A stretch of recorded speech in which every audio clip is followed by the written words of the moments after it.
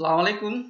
Halo, apa kabar semuanya? Selamat ketemu kembali di dalam video pembelajaran yang membahas tentang algoritma dan pemrograman. Tentunya masih bersama dengan saya, Saharul Adisa. Dan di video kali ini kita akan membahas tentang pengantar algoritma.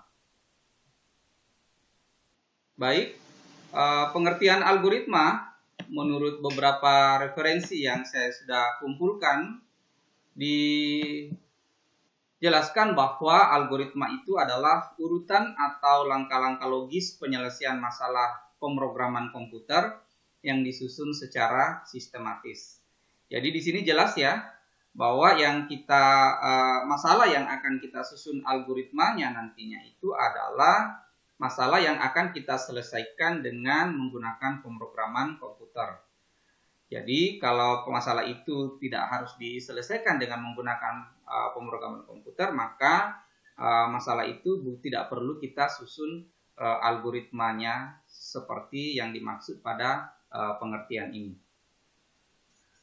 Nah, di sini di dalam menyusun algoritma kita harus menyusun algoritmanya sesuai dengan logika dari manusia. Jadi urutan-urutan langkah yang kita tulis dalam algoritma itu nantinya adalah merupakan urutan-urutan langkah proses yang biasa dilakukan oleh manusia di dalam menyelesaikan permasalahan itu. Nah, cuma kan permasalahannya nanti itu bukan lagi diselesaikan oleh manusia, tetapi akan diselesaikan oleh pemrograman komputer. Sehingga algoritma yang kita susun di situ haruslah benar, sehingga langkah-langkahnya benar sesuai dengan urutan logika yang dilakukan oleh manusia dalam penyelesaian masalahnya. Nah, untuk menjadi sebuah algoritma, urutan langkah itu nantinya akan menyelesaikan masalah tersebut sehingga nanti dia bisa memberikan output dan hasil yang benar. Nah, ini adalah Bapak Muhammad Ibnu Musa Al-Khwarizmi, atau kita panggil saja dengan Al-Khwarizmi. Beliau adalah penemu daripada algoritma. Selain dia sebagai penemu algoritma, Bapak Al-Khwarizmi ini juga adalah penemu dari ilmu aljabar atau teori aljabar. Nah, untuk memudahkan kita memahami sebetulnya algoritma itu seperti apa, maka kita buat analogi seperti ini. Jadi dalam algoritma itu yang pertama harus ada masalah dulu. Jadi dalam menyusun satu algoritma selalu harus diawali dengan adanya masalah. Jadi kalau tidak ada masalah berarti tidak perlu kita susun algoritmanya. Karena nanti kan solusi akhir dari permasalahan itu adalah pemrograman komputer. Itulah sebabnya kenapa kita perlu susun algoritmanya. Nah, setelah masalah itu kita sudah jabarkan, sudah kita rinci, maka kita buat algoritmanya. Tujuannya nantinya algoritma itu akan kita jadikan sebagai pedoman untuk membuat program komputernya. Setelah itu setelah algoritmanya jadi, kita buat program komputernya dengan berpatokan pada algoritma yang telah kita susun. Nah, setelah program komputernya sudah kita buat, maka solusi kita dapatkan. Solusi itu adalah program komputer yang akan menyelesaikan permasalahan yang sudah kita rinci di langkah dan tahap pertama tadi. Nah, cara mendeskripsikan masalah yang pertama yang kita lakukan adalah kita jabarkan dulu masalahnya apa. Tujuannya kita menjabarkan masalah ini supaya nanti solusi pemrograman komputer yang akan kita hasilkan itu nanti benar-benar bisa menjadi solusi dari permasalahan yang kita temukan. Setelah masalah itu selesai kita jabarkan, maka kita rinci tujuannya adalah untuk mencari penyelesaian dari permasalahan tersebut. Dan kemudian kita buat sarana interaksi antara manusia dan komputernya. Nah, kemudian masalah dan program komputer. Yang pertama adalah bentuk dulu urutan masalahnya itu bagaimana. Setelah urutan masalah kita selesai bentuk, maka kita tentukanlah bahasa pemrograman apa yang akan kita gunakan nanti di dalam mengimplementasikan algoritma yang kita akan buat. Dalam menentukan bahasa pemrograman, ini kita harus diskusikan dulu dengan klien kita. Kira-kira bahasa pemrograman apa yang dia butuhkan. Kalau klien kita membutuhkan bahasa pemrograman yang berbasis web, maka tentu nanti kita pilih bahasa pemrograman berbasis web untuk membuat program komputernya. Kalau seandainya klien kita nanti mintanya bahasa pemrograman desktop, maka kira-kira bisa kita pilih bahasa pemrograman desktop seperti Java. Sama halnya kalau dia meminta kita membuatkan aplikasi komputer atau program komputer yang berbasis mobile, maka nanti pilih juga bahasa pemrograman yang berbasis mobile di dalam pengembangan program komputernya. Selanjutnya langkah yang ketiga adalah kita pahami bagaimana konsep mesin komputer itu bekerja. Nah, ini nanti untuk memudahkan kita di dalam proses pembuatan coding programnya. Dalam algoritma ada 3 hal yang harus dipenuhi pada saat kita menyusun algoritma. Yang pertama, dalam algoritma itu harus ada input dulu. Ya, jadi algoritma itu harus ada inputnya. Kemudian setelah inputnya itu dipenuhi, maka dalam algoritma itu harus ada proses atau ada logika. Lalu setelah ada proses dan ada logikanya, maka dalam algoritma itu kemudian nanti akan menghasilkan output sebagai informasi yang diperoleh dari komputer yang akan kita buat aplikasi komputernya. Nah, untuk menyusun algoritma, kita bisa memilih notasi algoritma mana yang paling kita suka atau paling kita kuasai. Ada 3 notasi algoritma yang biasa digunakan. Yang pertama adalah dengan menggunakan untaian kalimat deskriptif atau bahasa Indonesia terstruktur. Nah, ini kalau langkah yang pertama atau notasi yang pertama ini seperti menulis biasa.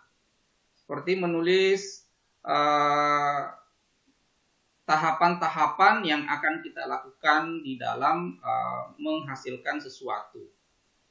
Hanya di dalam penulisannya nanti kita harus menggunakan bahasa Indonesia yang baku, bukan bahasa Indonesia gaul yang biasa digunakan oleh anak muda misalnya.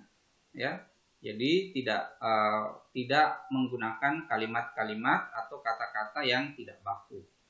Kemudian yang kedua adalah notasi algoritma dengan menggunakan simbol-simbol. Ini juga simbol-simbolnya adalah simbol-simbol yang sudah baku yang kita sebut dengan istilah flowchart.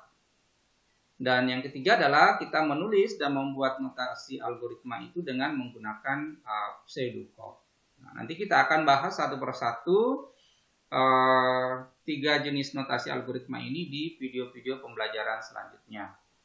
Dalam video pembelajaran ini akan saya tetap bahas beberapa contoh sederhana dengan menggunakan algoritma untaian kalimat deskriptif.